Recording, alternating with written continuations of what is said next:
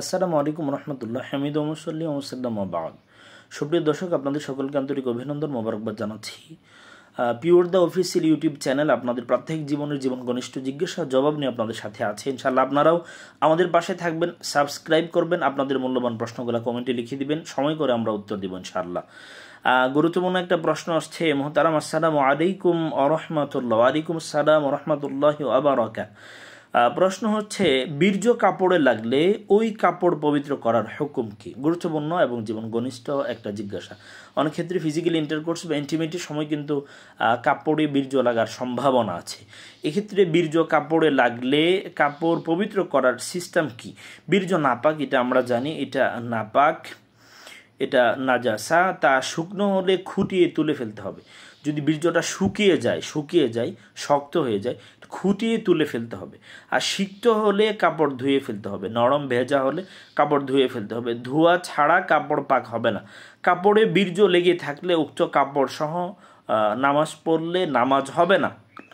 যদি কাপড়ে বীর্য বা নাপাকি লেগে থাকে, ওই কাপড় সহ নামাজ পড়লে নামাজ হবে না। বীর্য অবশ্যই নাপাক। বীর্য নাপাক বলেই শুকনা হলে খুঁটিয়ে তুলে ফেলা এবং ভেজা হলে কাপড়টি ধৌত করার কথা হাদিসে স্পষ্টভাবে আসছে। আল্লাহ রাসূল সাল্লাল্লাহু আলাইহি ওয়াসাল্লামের বর্ণনা এটা আসছে।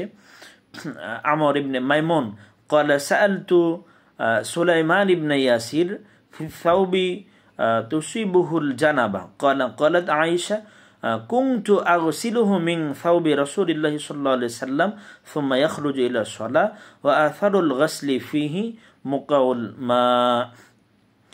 আম্মাজান আয়েশা রাদিয়াল্লাহু তাআলা আনহার কাছে এ বিষয়ে প্রশ্ন গিয়েছে। আম্মাজান আয়েশা রাদিয়াল্লাহু তাআলা আনহা বলেছেন, আমি রাসূল সাল্লাল্লাহু আলাইহি ওয়াসাল্লামের কাপড় থেকে তা ধুয়ে ফেলতাম, তারপর তিনি নামাজের জন্য বের হতেন, এমত অবস্থায় যে কাপড়ে পানির ছাপ লেগে থাকতো। সহিহ আল বুখারীর বর্ণনা আসছে। এছাড়াও অন্য হাদিসে আসছে, ইয়া আম্মার ইন্নামা ইউগসালু সাওবু মিন খামস মিনাল গায়ত ওয়াল বাউল ওয়াল কয়ই ওয়াদ দামি ওয়াল মানিয়্যি।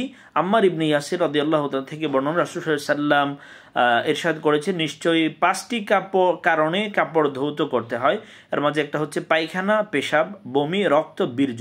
সুনানে দারকুতনিতে হাদিসটা আসছে। ওমর ইবনে খাত্তাব রাদিয়াল্লাহু তাআলা আনহু বলেন, বীর্য সিক্ত থাকলে তা ধুয়ে ফেলো, আর শুকিয়ে গেলে তা খুঁটিয়ে ফেলো। মুসান্নাফে ইবনে আবি শাইবাতে হাদিস আসছে। ওমর ইবনে খাত্তাব রাদিয়াল্লাহু তাআলা আনহু বর্ণনা। তার মানে স্পষ্ট হলো, কাপড়ের মাঝে বীর্য লাগলে সেটা পবিত্র করার সিস্টেম হচ্ছে শুকিয়ে গেলে খুঁটিয়ে তুলে ফেলা, আর ভেজা থাকলে, সিক্ত থাকলে পানি দ্বারা এটা ধুয়ে ফেলা। আল্লাহ তাআলা আমাদের সঠিক বুঝদান করুন।